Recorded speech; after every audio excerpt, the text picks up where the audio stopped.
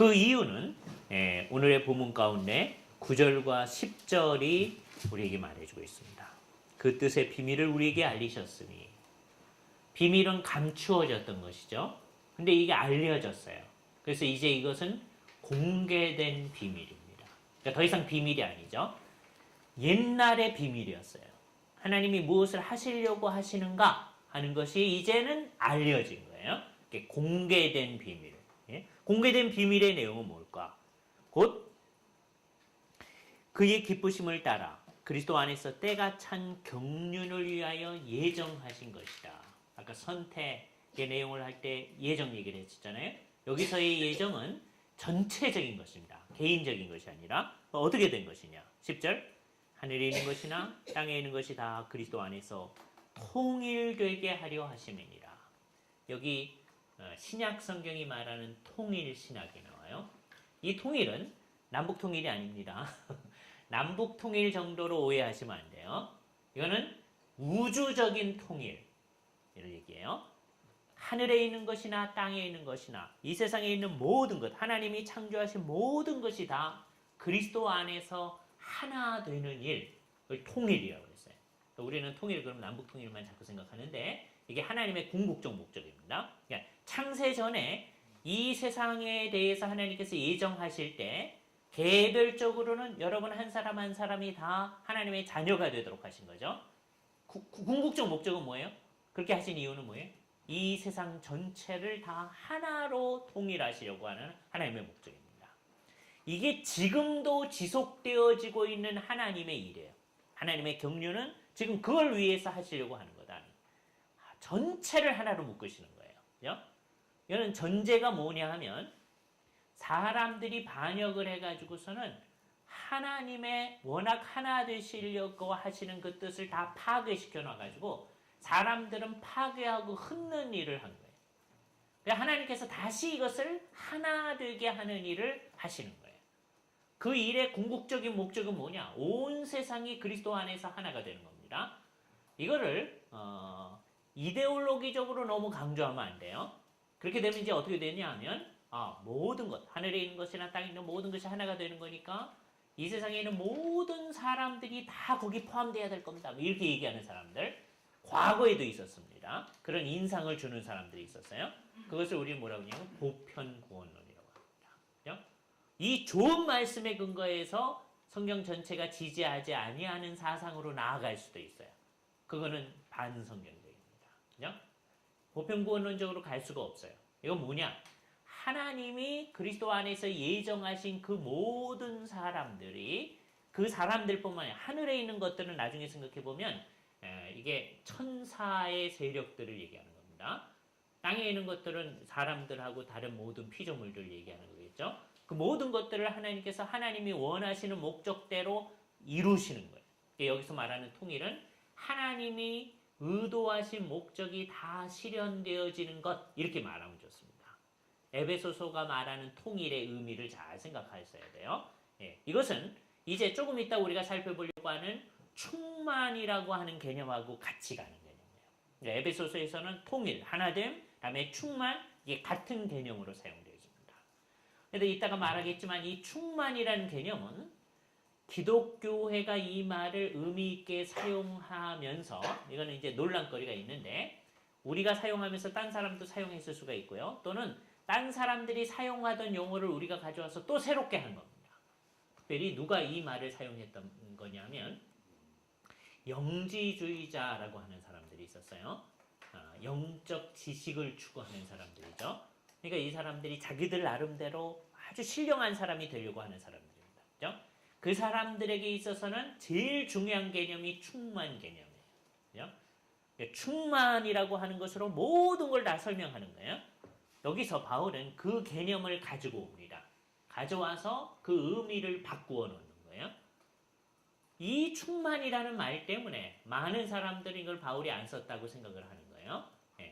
그리고 후기라고 자꾸 이렇게 놓으려고 하는 성향들이 나타나요. 그렇지 아니하다. 그럼 어떤 거냐? 이 통일이나 충만이라 그 의미는 어떤 거냐면 하나님이 원하시는 목적이 다 이루어진 상태를 지칭하는 말입니다. 하나님이 뜻하시는 바가 다 이루어진 상태. 온 세상을 창조하셨을 때 하나님의 뜻하신 바, 하나님이 이때 창조하잖아요. 그럼 그 전에 계획하셨으니까 계획하시는 바가, 창세전에 계획하신 바가 다 이루어진 상태, 그게 통일이에요. 그게 충만입니다. 에베소서의 통일과 충만의 의미를 잘 생각하셔야 돼요. 그걸 머릿속에 잘 넣어두시고. 그러니까 하나님은 전 우주적인 계획을 가지고 지금 이 구원 역사를 진행하신다라고 하는 것을 생각해야 돼요. 그러니까 하나님을 좁게 만들어서는 안 됩니다. 하나님은 우리를 사랑하세요. 나를 사랑하시죠. 그런데 거기에만 모든 걸 집중해 놓는 거는 하나님이 지금 해 나가시는 일 전체를 무시할 수가 있어요. 어떤 사람은 이 세상 모든 일이 다 자기를 중심으로 막 돌아가는 사람이 있어요. 신앙이 매우 좋은 것 같아요. 어떤 일이 벌어졌는데 그게 다 나를 위해서, 하나님이 나를 사랑하셔서 다, 신앙이 좋은 것 같은데 그게 진짜 아닐 수가 있다. 자기 착각일 수 있다는 거죠. 그죠? 그렇기 때문에 우리가 하나님의 전체 계획 속에 있는 나를 생각해야 됩니다. 하나님은 창세전에 온 세상을 통일하시려고 하는, 그리스도 안에서 통일하시려고 하는 그 계획 속에서 나를 하나님의 자녀로 삼으시려고 했다. 그럼 이게 뭐의 과정이 하나냐? 하나님이 온 세상을 통일하시고 온 세상을 충만케 하신다. 하나님의 정하신 목적이 이루어지게 하신다. 전체가 하나님이 정하신 목적이 이루어지게 하는데 나도 그 과정 가운데서 하나님께서 해 나가시는 거죠. 이제 나를 세우셔서 이 세상에서 무슨 일을 할 때에도 그거를 위해서 하는 거지. 별 다른 일이 있는 것처럼, 아니면 내가 이 세상에서 사는 것 자체만 있는 것처럼, 그거 신앙이 아닌 거다. 그렇죠? 참된 신앙은 하나님의 마음속에 있는 바를 잘 알고 그것을 내가 알 뿐만 아니라 나의 삶 가운데서 그것을 구현해 나아가는 것입니다. 이것을 이제 이렇게 표현하고 있어요. 11절을 보면 하나님을 뭐라고 표현하냐면, 이게 가장 멋있는 말씀이에요. 모든 일을 그 마음의 원대로 역사하시는 자. 하나님을 다른 말로 표현을 드리거든요. 모든 일을 그 마음의 원대로 역사하시는 자. 이 세상에 다른 어떤 존재한테 이런 명칭을 붙이면 안 되죠. 근데 우리는 하나님을 빌어서 우리가 요거 아주 똑같은 사람은 안 되지만 비슷하게 내가 다 원하기만 하면 다 이루어져. 그렇게 만들려고 해요. 그게 자기가 하나님화 하려고 하는 거예요. 이 세상에 그런 존재는 없는 거예요. 이 세상에 있는 존재는 어떤 존재냐? 전부 다 하나님께 의존하는 존재입니다. 왜? 이 세상에 자기가 노력해서 되는 게 없거나 조금만이 없거나 그렇다고 하는 걸 알기 때문에. 그러니까 어떻게 해야 되냐면 하나님께 늘 의지하고 하나님께 기원해야 돼. 하나님 이렇게 됐으면 좋겠습니다. 그렇지 않으면 이루어질 수 없기 때문에. 그러니까 기도하는 사람은 늘 어떤 마음을 가져야 되냐면 하나님께 의지하는 마음을 가져야 돼. 기도하는 사람이 하나님 앞에서 높아진 마음을 갖는다. 그럼 그 기도가 들어질 리가 없습니다. 하나님 이렇게 하시려면 하고요. 말려면 마세요.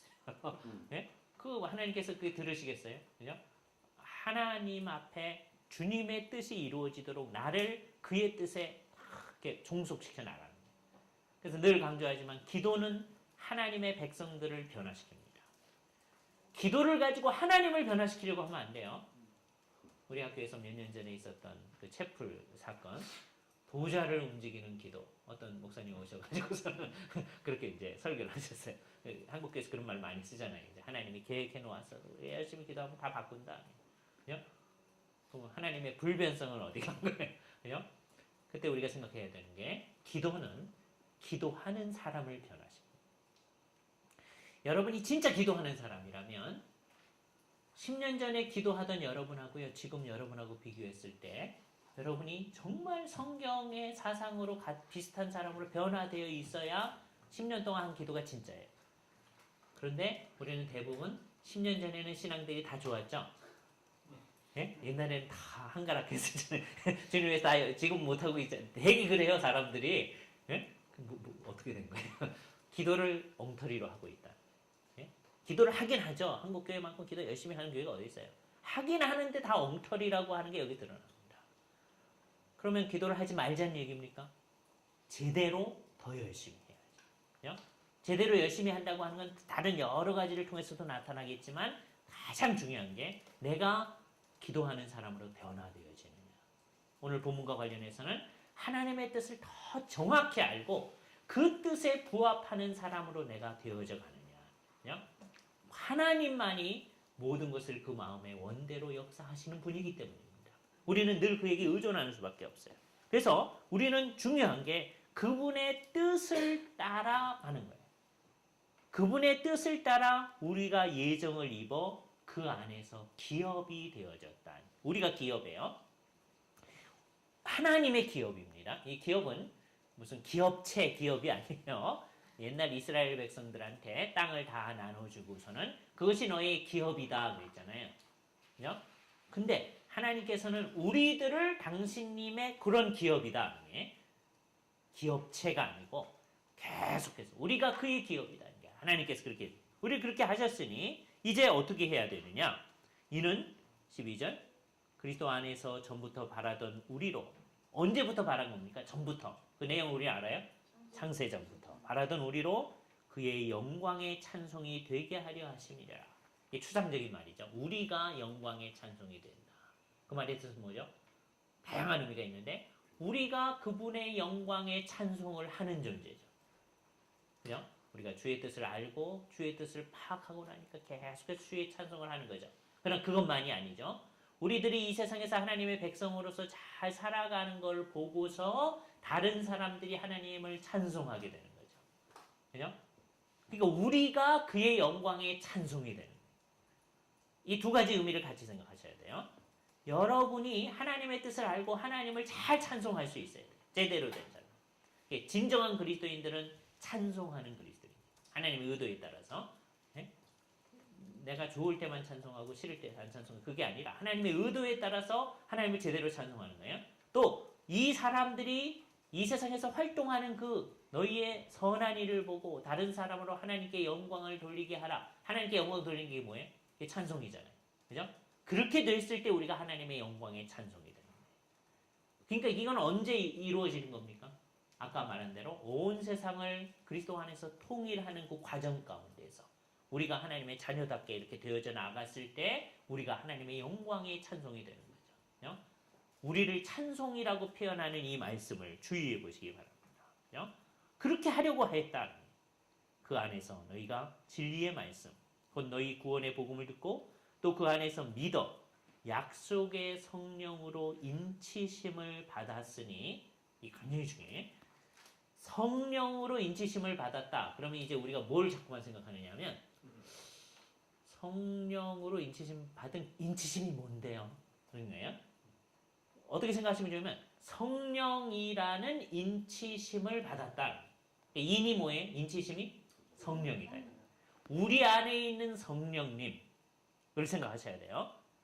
이거를 가인에게 있는 그 사인과 비슷하게 생각하는 사람이 자꾸만 있습니다. 가인이 내 벌이 중하여 내가 견딜 수 없나이다. 나를 만나는 사람들이 나를 죽일 겁니다. 그랬더니 내가 너한테 사인을 준다. 그래서 너를 함부로 해치지 못하게 하겠다 그랬잖아요. 그런 것처럼 가인한테 사인이 있는 것처럼 성령의 인치심이 나한테 있어서 그럼 성령하고 인치심은 연관성은 있지만 인치심은 또 다른 거라고 자꾸 생각하려고 하는 사람들이 있단 말이에요. 그게 아니다. 우리 안에 주어져 있는 성령님이 뭐예요? 인치심이다. 이중적 의미입니다. 성령님이 인치심이라고 하는 거는 인을 쳤다라고 하는 거는 고대 사회에 있어서 되게 이제 노예에게 인을 치죠. 또는 소 같은 거에다 인치잖아요. 소유권을 얘기해 주는. 누구누구의 소유이다. 이 소는 누구누구의 것이다. 이 노예는 누구누구의 것이다. 그 인치심의 표현 중에 하나가 이제 고대 사회에서는 귀고리였습니다. 예? 귀고리는 누구누구의 노예다는 표현이에요. 이게 이제 변형되어져 가는 거죠. 예. 예. 우리들은 이제 여학생들 이제 귀고리 하잖아요. 그죠? 예. 옛날에는 그게 뭐냐면 누구누구의 소유이다. 그러니까 별로 그렇게 그걸 자꾸 할 필요는 별로 없죠. 꼭 안 해야 된다. 그 얘기 아닙니다. 그죠? 예. 그런 의미죠. 그러나 우리한테 더 중요한 거는 우리는 그리스도에게 속해 있고 하나님께 속해 있다라고 하는 인치심이 우리에게 있는 거죠. 그게 뭐냐? 성령입니다. 우리가 이건 믿어야 돼요. 우리 안에 성령님이 계시다. 내가 예수를 진짜로 믿는다면 우리 안에 성령님이 계시다. 그리고 그게 뭐냐 하면 다른 곳에서 얘기하는 것과 마찬가지인데 이 인치심과 관련해서는 뭐라고 했냐면 그 뒤에 뭐라고 표현했느냐 하면 이는 우리 기업의 뭐가 되사? 보증이 되사 이렇게 얘기했어요. 이 보증이란 말은 뭐냐면 우리가 말하는 그냥 보증금하고는 조금 성격이 다릅니다. 어떤 거냐면 여러분이 이제 자동차 같은 걸 살 때 맨 처음에 이제 돈 많으면 그냥 한꺼번에 돈 다 주고 사지만 맨 처음에 이제 상당히 많은 돈을 내죠. 그런 다음에 이제 할부금을 내잖아요. 이게 맨 처음에 많이 내는 거 있잖아요. 그 first installment라고 그래요. 상당히 많이 내는 거. 그게 여기서 사용하는 보증이라는 단어예요. 그죠? 네. 에라본이라는 단어인데 그걸 먼저 내고 그걸 냈다고 하는 거는 그게 이미 다른 게 이제 계속 올 거라고 하는 걸 상징하는 거예요. 이 세상에서는 그거 받고서는 나머지를 못 낼 때도 있죠. 그러나 하나님이 해주는 건 우리가 구원받는다고 하는 것의 첫 번째 착수금으로 하나님께서 딱 주신 거예요. 성령님을. 그럼 그 나머지 것은 반드시 올 거다라고 하는 걸 얘기해 주는 거죠. 그죠? 그게 기업의 보증입니다. 그러니까 우리가 이미 우리 안에 성령님이 계시다. 하나님께서 그걸 이미 우리에게 주신 거예요. 이거는 내가 하나님의 온 세상을 통일시키시는 일의 일환으로서 하나님의 자녀가 되도록 하나님께서 태초에 창세전에 작정하신 그 일을 우리에게 주셨다라고 하는 것이 첫 번째 분할금이다. 우리 안에 있는 성령님이. 그러니까 내가 이 일에 참여하고 있다는 표현이죠. 그래서 우리가 이것을 가지고서 확신을 가지고 하나님과 같이 갈 수 있는 거예요. 마음속에 의심이 있을 때마다 우리 안에 계시는 성령님을 바라봐야 됩니다. 그죠? 성령님이 우리 안에 괜히 주어진 게 아닙니다. 그죠? 그러니까 첫 번째 확인해야 되는 것은 내 안에 정말 성령님이 계신가 하는 걸 확인해야 돼요. 내 안에 성령님이 없는 사람은 진정한 그리스도인이 아니에요. 그리스도의 영이 없는 사람은 그리스도의 사람이 아니니라. 그러셨잖아요. 우리 안에 그리스도의 영이 계셔야 돼요. 그죠? 그럼 내 안에 그리스도의 영이 계시다고 하는 것이 뭡니까? 여러 가지 예를 들어서 생각할 수 있겠지만 우선 긍정적인 예, 부정적인 예를 한번 생각해 보죠. 이 둘이 다 연결이 되어 있어요. 긍정적인 예는 뭐예요? 성령님이 계시니까 하나님의 것을 성령님만큼 잘 아시는 분이 없잖아요. 그러니까 하나님의 것을 자꾸 추구하게 하고 하나님의 것을 제대로 알아나가게끔 하는 일을 하시겠죠. 성령님을 통해서. 그러니까 내가 하나님이 원하시는 바를 향해서 자꾸 나가게끔 하고 성경적 가르침을 향해서 자꾸 나가게끔 자꾸 마음을 움직여가는 거가 내 안에 성령님이 계시다고 하는 것을 말해주는 거죠. 긍정적으로는 그렇게. 이걸 다른 말로 말하면 나의 성화가 지속되어져 나가는 것이 그것을 얘기해 주는 거죠. 그럴 때 성령님이 우리 안에 계시다고 하는 걸 얘기할 수 있어요. 이제 이것을 부정적으로 바꿔봅시다. 내가 성령님이 내 안에 계신 사람으로 하나님의 백성으로 이 세상을 살아가는데 하나님의 뜻을 불순종해 나가면 성경에서 뭐라고 얘기하죠? 우리 안에 계신 성령님께서 탄색하시고 슬퍼하신다고. 그게 내 안에 느껴져야죠. 죄를 지어 나가는데도 내가 참 좋아요. 네? 이게 이제 이 타락한 인생이 그래요. 하나님 백성인데도 죄를 짓는데도 그게 좋아. 네? 이게 지속되어지면 의심해야 됩니다. 내 안에 성령님이 계신 건가? 네? 그럼 내 안에 성령님이 계시다면 반드시 내가 그걸 의식해야 돼. 이 성령님이 이거 기뻐하지 않으시는가? 그잖아요. 그러면 이제 어떻게 돼 있어요? 성령이 기뻐하지 않는다고 하는 걸 알게 되면 대개는 이제 그걸 억누르죠. 성령이 기뻐 안 해요. 놔두세요. 이렇게. 네? 되게 그러죠. 그러다가도 내가 진짜 하나님의 백성이라면 그 성령님의 그 근심하심에 내 자신을 종속시키게 되죠. 나도 근심하게 되고 하나님의 백성이 어떻게 이렇게 할 수 있겠는가. 그래서 하나님이 원하는 대로 가게끔 되죠. 그래서 이 부정적인 면하고 긍정적인 면이 떨어져 있지 않습니다. 사실은. 왜냐하면 우리가 나는 한 번도 성령님은 근심하게 안 하고 하나님이 원하신 것만 추구해 나갑니다. 이런 사람 하나도 없거든요. 이 연결이 돼 있어서 잘못하다가 성령님이 근심하니까 이렇게 가면 안 되겠어요. 그래가지고서는 성령님이 원하신 대로 가고 그러는 거죠. 이 과정 속에서 우리 안에 성령님이 역사하고 계심을 우리가 알게 되십니다. 하나님 나라의 백성으로서의 첫 분할금으로서 우리에게 인쳐주신 표로서 인치심이 우리 안에 계시다. 성령님이 계시다. 그러니까 성령님이 내 안에 계심으로부터 우리는 벌써 영혼과의 대화를 하는 거예요. 창세전에 하나님께서 나를 하나님의 자녀가 되시게 하시려고, 흠이 없게 하시려고 예정하셨다고 하는 그 영혼과의 대화를 성령님을 통해서 하게 됩니다. 성령님은 시간 속에 있는 우리를 영혼과 연결시켜주는 끈이십니다. 성령님이 영원하신 분이시다. 우리들은 영원하지 않지만, 특별히 타락한 다음에 우리는 영원하고 상관이 없어진 사람이지만 우리 안에 영혼에 대한 갈망을 일으켜주시고 정말 영혼과의 연결성을 가지고 살아가게끔 성령님이 해주셔서 이 세상에서 하나님의 뜻을 추구해 나가는 거예요. 예수 믿는 사람이 이렇게 살아나가면 결국 어떻게 될 거냐? 당연한 거예요. 우리만 놓고 얘기했어요. 우리가 신학교 처음에 들어왔을 때는 덜 그랬다고 할지라도 이 공부해 나가면서는 점점점 성령님이 원하시는 사람으로 바뀌어져 나가겠죠. 성경이 원하는 사람으로 바뀌어져 나가겠죠. 그잖아요. 옛날에는 하나님의 뜻을 일부분만 알았다 할지라도 이제는 성경 공부를 통해서 하나님의 경륜 전체를 알아나가겠죠. 하나님이 온 세상을 통일하시려고 하는 그 뜻을 알아나가겠죠. 그리고 그 뜻에 비춰서 내가 지금 여기서 뭘 해야 되는가 하는 것을 향해서 나아갈 거예요. 그죠? 사소한 것에 얽매이지 아니하고 정말 주님의 뜻이 뭔가 하는 걸 향해 나가잖아요. 그죠? 이게 우리 속에서 이루어져요. 그죠? 그러면 여러분들이 가는 곳곳마다 이제 다른 사람들도 그렇게 만들어 나갈 거 아니겠어요? 그럼 이 세상에 있는 사람들을 정말 진정한 하나님의 백성답게 만들어 나가는 일을 하게 될 거 아니겠어요? 쓸데없는 거에 참 이렇게 관여하지 않아요. 제가 오늘 병원 갔다 오면서 6개월에 한 번씩 이제 병원을 가는데요. 재미있는 광경을 이제 목격했어요. 어떤 그 초등학교 한 1학년이나 2학년쯤 되는 이제 아이, 이제 입에는 아이스크림 하나가 이제 있었는데 엄마하고 가는 게 있는데 엄마가 막 야단치는 거예요. 이번 학기에 스티커 몇 장 받았어?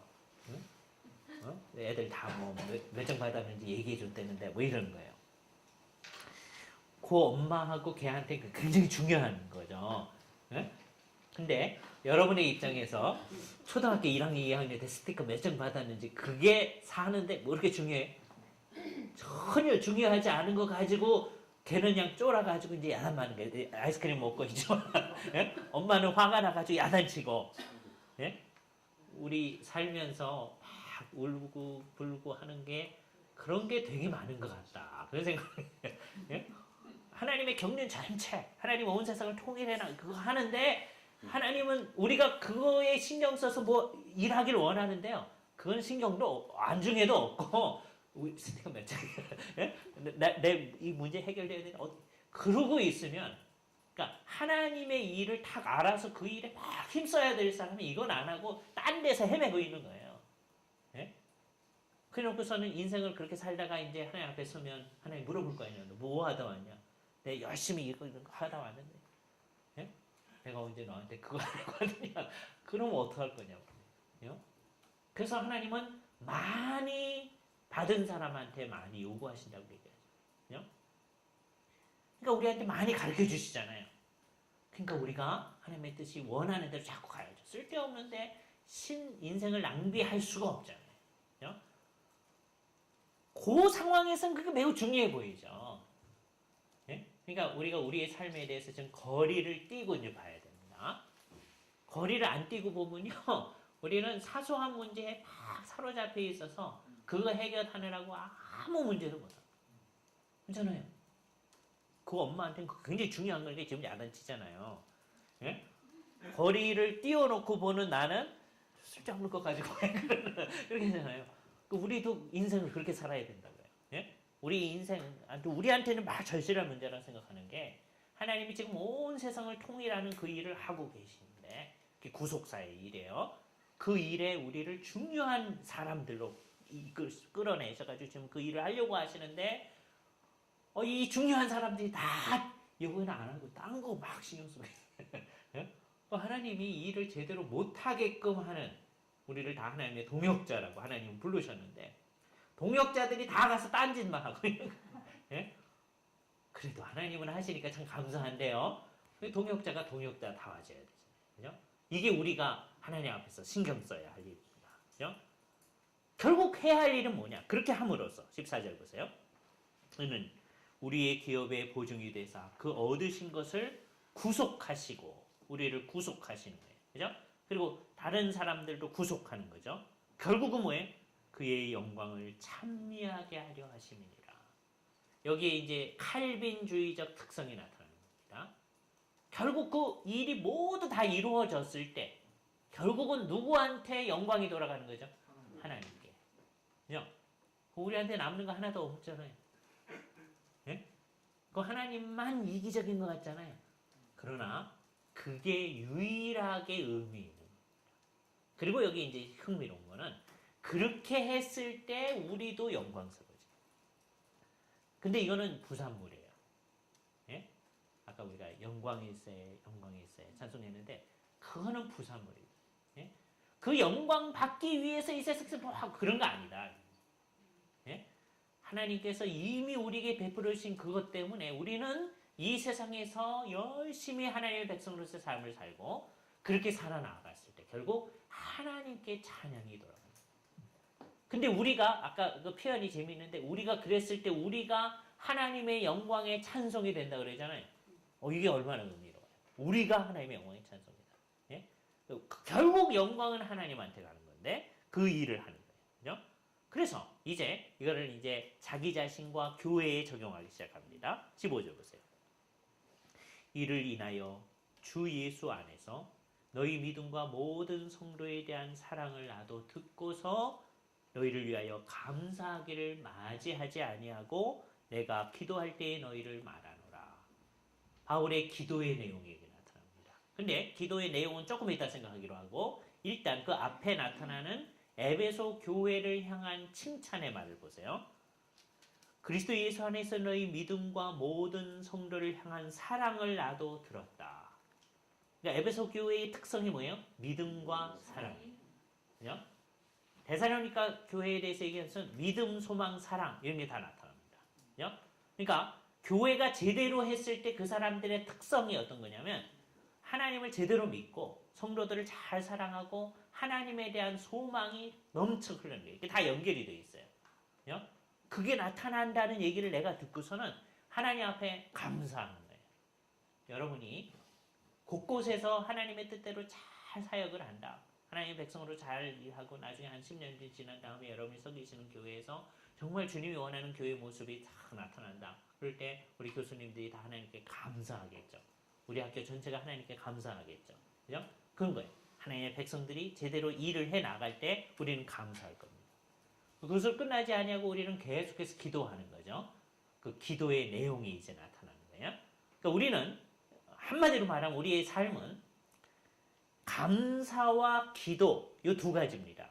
기도도 감사 가운데 하는 거지만 감사는 뭐와 관련된 거냐 한번 보세요. 여태까지 에베소 교회가 잘하는 것 때문에 감사하는 거잖아요. 그죠? 기도는 왜 하는 거죠? 앞으로 계속 잘하도록 하기 위해서. 그죠? 그러니까 이 두 가지를 생각해야 돼요. 우리의 삶은 요것으로만 구성되어 있다. 하나님께서 우리에게 해주신 것에 대한 감사. 다음에 앞으로도 이제 제대로 하도록 하기 위해서 감사의 내용을 이제 기도의 내용을 보면 그건데 제대로 하기 위한 기도가 구성되어 있습니다. 에베소서에 이제 바울의 기도가 크게 두 군데에 나타나는데 그 중에 첫 번째 기도를 먼저 이제 생각해 봅니다. 이게 중요하니까 17절서부터 우리가 잘 보시는데 한번 보세요. 우리 주 예수 그리스도의 하나님 영광의 아버지께서 지혜와 계시의 정신을 너희에게 주사 하나님을 알게 하시고 너희 마음 눈을 밝히사 그의 부르심의 소망이 무엇이며 성도 안에서 그 기업의 영광의 풍성이 무엇이며 그 힘의 강력으로 역사하심을 따라 믿는 우리에게 베푸신 능력의 지극히 크심이 어떠한 것을 너희로 알게 하시기를 구하노라. 기도의 내용이 뭐예요? 우리가 흔히 하는 기도하고 상당히 다릅니다. 그죠? 우리가 흔히 하는 기도는 어떤 거죠? 뭔가 아픈데 다 낫게 하옵시며 그런 기도도 해야 된다고 그랬어요. 그죠? 그러나 교회를 위해서 기도할 때는 그런 식으로가 아니라 이 사람들이 한마디로 말하면 참 하나님의 백성으로서 알 것을 제대로 알게 하여 주십시오. 그죠? 참 하나님의 백성으로서 알 것을 제대로 알게 해 주십시오. 그럼 여기 믿는 바는 뭐예요? 이걸 제대로 알고 나면 어떻게 될 거다? 참 하나님의 백성으로 살 거다. 그런 거죠. 왜? 성령님이 역사하시기 때문에. 예? 여기 알게 하옵시며 그것만 강조한다고 해서 삶과 행동을 무시하는 게 아니에요. 그거는 당연히 따라 나올 거라는 것을 믿는 겁니다. 그죠? 그러니까 뭐를 알아야 되느냐? 잘 보세요. 뭘 알아야 되느냐? 내용을 나누면 우선 17절 뒷부분 하나님을 알게 하옵시며 다 아는 사람인데 이게 뭐예요? 아는 데서 더 깊이 아는 대로 나가는 거죠. 우리가 신학교 오기 전에도 하나님 알았죠. 그러나 신학교 와서 하나님을 더 잘 알았죠. 이제 하나님 압니다. 신학교 와서 처음 knowing God, 하나님을 아는 지식 읽었잖아요. 하나님을 더 잘 알죠. 그렇잖아요. 예? 그러나 이제 더 잘 알아나가죠. 우리는 하나님을 한 번 안 것으로 만족하지 아니하고 깊이 있게 알아나가는 거죠. 지속해서 알아나가는 거예요. 나는 더 이상 하나님을 알 필요가 없다. 그게 아니에요. 우리는 언제까지 하나님 알아나가요? 영원까지. 그죠? 그러니까 한마디로 말하면 하나님과 우리와의 관계를 한마디로 말하면 하나님을 아는 거예요. 근데 성경에서 이 안다라는 말이 가지고 있는 그 깊은 의미를 생각한다면 우리는 이것을 무시할 수가 없습니다. 그죠? 성경에서 안다고 하는 것은 가장 깊이 있는 인격적인 관계성을 지칭할 때 안다. 그죠? 피상적으로 아는 게 아니에요. 이게 대개는 사랑한다 이렇게 표현해요. 그러니까 하나님을 알게 하옵시며 이것은 하나님을 사랑하게 하옵시며 하고 같은 말이에요. 그죠? 하나님을 점점 더 사랑하는 거죠. 우리가 교회를 위해서 기도하는 내용의 핵심이 그겁니다. 우리 성도들이 하나님을 정말 잘 안다. 다른 말로 말하면 하나님과 깊이 있는 인격적 관계를 가져나가고 하나님을 사랑해 나간다. 그러면 어떻게 될까요? 그러면요, 사람이 하나님을 진짜 잘 알아나가면 하나님의 어떠하심을 이 세상에 드러나게 되죠. 당연한 거죠. 그러니까 바울은 그 앞부분만 얘기하는 거예요. 왜? 뒷부분은 당연하기 때문에. 하나님을 제대로 알면 하나님과 비슷한 사람들이 되는 거예요. 근데 여기는 우리한테 굉장히 부담이 오는 거예요. 우리가 사는 모습을 보니까 별로 하나님하고 비슷하지 않단 말이에요. 그러니까 어때요? 하나님 잘 모르는 거예요. 여기 우리의 책임이 있는 거예요. 우리가 행동하는 거나 어디 가서 말하는 거나 사람과의 관계를 가지는 거나 이 속에서 하나님의 어떠하심이 잘 나타나도록 해요. 모든 연약한 사람들을 잘 배려하는 그 하나님의 마음이 나타나도록. 그게 어떻게 나타나야 될 건가요? 우리는 대개 교회 안에서 중요한 역할을 하시는 분들이기 때문에 무슨 위험성이 있느냐면 우리는 강한 사람으로 나타날 위험성이 있습니다. 그래서 하나님의 강한 면만을 드러낼 위험성이 있어요. 사람에 따라 다르긴 해요. 그죠? 그러다 보면 뭐가 잘 안 되냐면 정말 하나님의 감싸시고 우리들을 어루만지시고 하는 면을 우리가 못 드러낼 위험성이 있습니다. 그죠? 교회 안에서 막 일을 하다 보면 그렇게 되는 거예요. 그러면 안 된다. 진짜 하나님을 아는 것이 우리의 살고 사역하는 그 모습에서 나타나야 돼요. 이렇게 사는 모습 보니까 하나님을 안다는 게 나타나야 돼요. 이런 거 자꾸 얘기하다 보면요. 어려워져요. 왜? 사는 게 어려운 거예요. 왜? 잘 생각하면서 살아야 되잖아요. 말하기가 어려워지는 거예요. 그죠? 그래서 이제 신학교 처음 오면 이제 여러분들 하는 얘기가 옛날에는 막 아무렇게나 얘기하고 그래서 전도도 잘하고 그랬는데 이제 말도 함부로 못하겠네 그러잖아요. 예? 그럴 때 그게 문제도 있으면서 계속해서 해야 되는데 안 하니까 문제도 있으면서 또 한편에서는 그게 좋아지는 겁니다. 왜? 신경을 쓰면서 해야 되거든요. 그냥 하면 되는 게 아니고. 그죠? 하나님의 뜻을 잘 알아서 왜? 우리가 하는 모든 것이 하나님을 반영해야 되는 거니까. 그러니까 우리의 소원은 뭐예요? 하나님을 아는 거예요. 우리 유일한 소원은 하나님을 아는 거예요. 모든 진정한 그리스도인은 그렇게 왔어요. 어거스틴이 나에게 유일한 소원이 있다면 하나님과 영혼을 아는 겁니다. 자기의 영혼. 그죠? 칼빈 선생님이 인간한테는 두 가지 지식이 있다고 그랬는데 하나는 하나님을 아는 지식과 자기를 아는 지식. 모든 진정한 그리스도인은 다 그래요. 우리는 소원은 뭡니까? 통일입니까? 네? 우리의 소원은 정말 하나님을 아는 하나님을 사랑하는 거예요. 그게 정말 세월이 지날수록 신학교 3년이 지나면 하나님을 더 많이 안다는 건 곧 하나님을 그만큼 사랑하는 거예요. 사람들이 흔히 하는 이상한 말이 있잖아요. 맨 처음에 신학교 들어오면은 목사님인데 그 다음에는 전도사였다가 그 다음에 집사였다가 그 다음에 평신도 된다는 게 이상한 얘기, 말이 안 되는 얘기. 그럴 수가 없는 거예요. 예? 왜냐하면 세월이 지나면 지날수록 하나님을 더 사랑할 수밖에 없어요. 왜? 하나님은 그만큼 아는데요. 그죠? 아닌데요. 더 신앙이 떨어졌는데요. 그럼 이제 우리 교수님하고 우리 모두 학교가 회개를 전부 다. 예? 우리가 더 하나님을 알아야죠. 그러니까 바울의 기도도 그래요. 하나님을 다 알게 하옵시며. 교회는 우선 신약교회만 생각하면 2000년 동안 하나님을 알아왔어요. 그러나 하나님을 다 알지 못해요. 우리는 계속해서 더 알아요. 그죠? 교회가 2000년 동안 하나님을 알아왔다고 하는 것을 의미 있게 말하려면요. 우리 선배들이 하나님에 대해서 안 내용을 써놓고 한 걸 우리가 열심히 봐요. 그게 신학 공부하는 거잖아요, 지금. 예? 근데 우리는 그걸 생략하고 그냥 넘어가기를 원해요. 귀찮으니까. 그러지 말고, 이게 다 하나님을 아는 과정이란 말이에요. 그죠? 아, 우리 선배들은 이렇게 하나님을 알았구나. 예?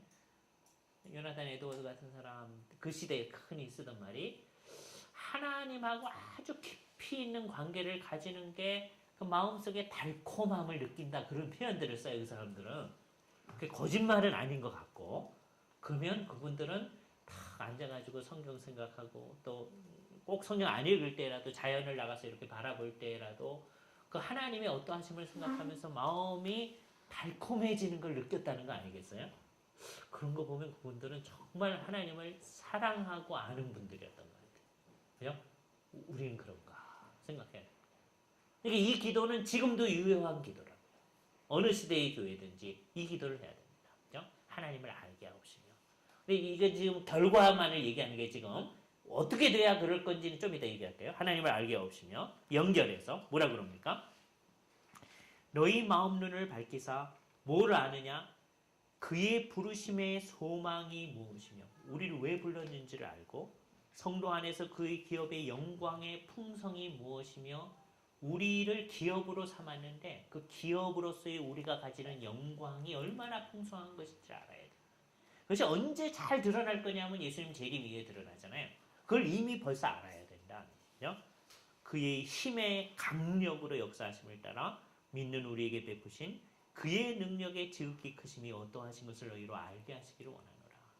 하나님의 어떠하심을 구체적인 예를 들어서 얘기하기를 세 가지를 들어서 얘기했는데 부르심의 소망, 두 번째 그 기업의 영광의 풍성함, 영광이 얼마나, 세 번째 그의 힘의 강력의 힘, 그 세 가지를 얘기하는 거예요. 근데 이 세 가지 가운데서 제일 중요한 게 뭐냐? 강조되어 있는 게 힘입니다. 그 하나님의 힘이 이제 어떻게 나타나느냐 하는 얘기를 예를 들어서 설명을 하고 있어요. 그게 무엇이냐? 20절입니다. 그 능력, 그 힘이 그리스도 안에서 역사하여 죽은 자들 가운데서 다시 살리시고 하늘에서 자기 오른편에 앉히사 모든 정사와 권세와 능력과 주관하는 자와 거기까지 얘기는 전부 다 천사들을 지칭하는 말이에요.